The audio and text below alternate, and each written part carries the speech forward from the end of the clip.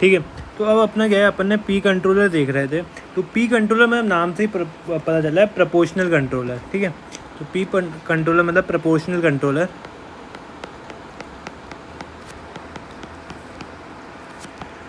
तो ये क्या होता है basically, proportional controller directly proportional to error होता है। ठीक है, प्रोपोर्शनल टू एरर।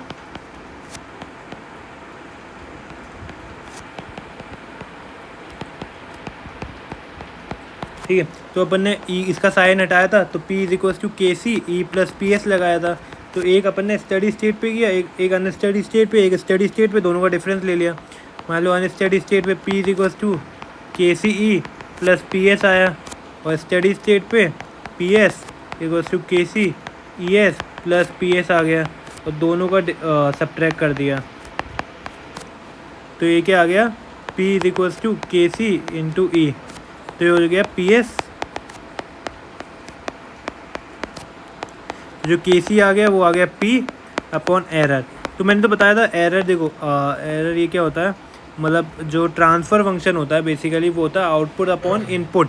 तो बेसिकली एरर अपना इनपुट है, एरर अपना इनपुट है, और जो पी है मतलब पी इसका आउटपुट है। तो बेसिकली तो प्रोपोर्शनल टू एरर होता है। ठीक है, तो के सी मतलब ये याद रखना है, ट्रांसफ़र फंक्शन ही तो बन गया ये, आउटपुट अपॉन इनपुट। तो बेसिकली आउटपुट अपॉन इनपुट, और प्रोपोर्शनल कंट्रोलर का जो ट्रांसफ़र फंक्शन होता है वो होता है के सी। ये याद रखना है, बार बार यूज़ होगा कि प्रोपोर्शनल कंट्रोलर का जो ट्रांसफ़र फंक्शन होता है वो के सी के बराबर होता है। ठीक है, अभी होता है, ठीक है, होता है प्रोपोर्शनल बैंड। ठीक है, प्रोपोर्शनल बैंड क्या होता है कि बेसिकली कि हम कितनी, मतलब एक बैंड टाइप हमें बता दो ना, एक कि सर्टेन रेंज तक उसकी लिमिट रहती है कि यहाँ से यहाँ तक ही हम उसको वो कर सकते हैं। ठीक है, अब जैसे एक क्वेश्चन देखते हैं। अब क्वेश्चन में क्या है कि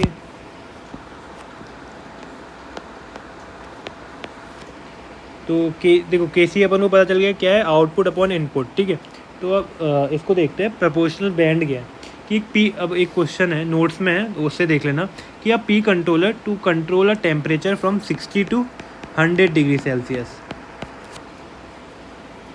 ठीक है, 60 से 100 डिग्री तक। ठीक है, तो एक वो है एक पी कंट्रोलर जिसको अपन ने टेम्परेचर के लिए कंट्रोल करने के लिए रखा गया है, जो 60 से 100 तक कंट्रोल करेगा। बट जब वॉल्व होती है वो फुली क्लोज्ड होती है, तब वो होती है 75 पे, मतलब मैं फुली क्लोज्ड है तब 75 टेम्परेचर है। और जब वो पूरी तरीके से वॉल्व खुल जाए, ओपन हो जाए, क्लोज और ओपन हो जाए, तो वो 71 डिग्री सेल्सियस हो जाता है। तो अब देखो बेसिकली 75 और 71, और अपन ने पी कंट्रोलर लगाया हुआ है 60 से 100 के बीच में। तो ये देखो ना वो वर्क कितने में कर रही है, वो तो सिर्फ 75 से 71 के बीच में वर्क कर रही है। तो जो पी बी हो जाएगा वो हो जाएगा 75 माइनस 71, और अपना टोटल रेंज क्या है 100 माइनस 60। सो बेसिकली 4 अपॉन 40, तो ये होगा 1/10 इंटू 100, 10%। बेसिकली ये कह सकते हो उस बैंड में से, वो पर्टिकुलर उस रेंज में से इतने रेंज में काम कर रही है। ये हो गया अपना प्रोपोर्शनल बैंड। ठीक है, ये हो गया। ठीक है, और क्या नाम है, अब जी के सी कैसे निकाले, ये निकालने का तरीका हो गया, पी भी निकालने का तरीका हो गया। ठीक है, अब के सी निकालने का क्या तरीका हो गया कि के सी कैसे निकालते हैं अपन, के सी अपना क्या आया था, के सी ट्रांसफ़र फंक्शन होता है, किसका ट्रांसफ़र फंक्शन होता है, पी कंट्रोलर का। तो ऊपर होता है डेल्टा पी, आउटपुट में चेंज अपॉन एरर में चेंज। ठीक है, अब देखो बेसिकली अब क्या नाम है, अगर हम देखें तो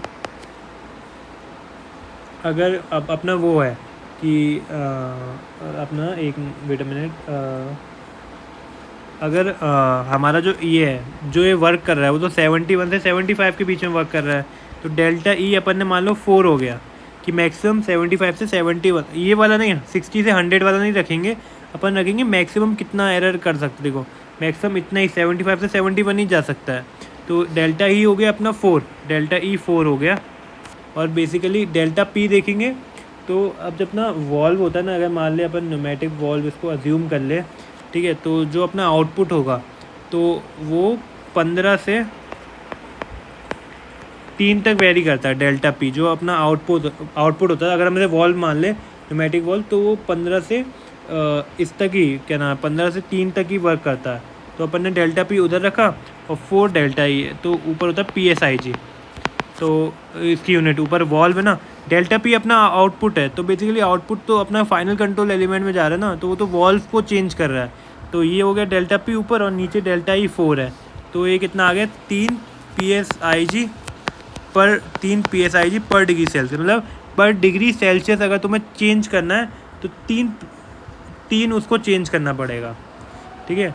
तो इनपुट अगर मतलब 1 डिग्री का अगर तुम्हें डिफरेंस चाहिए तो 3 प्रेशर गेज का उधर वॉल्व में चेंज होगा, ठीक है। इसको मोर एक्सप्लेन करूँगा मैं अगले लेक्चर में, और इसके 2 पार्ट और है वो कंप्लीट कराएंगे, ठीक है।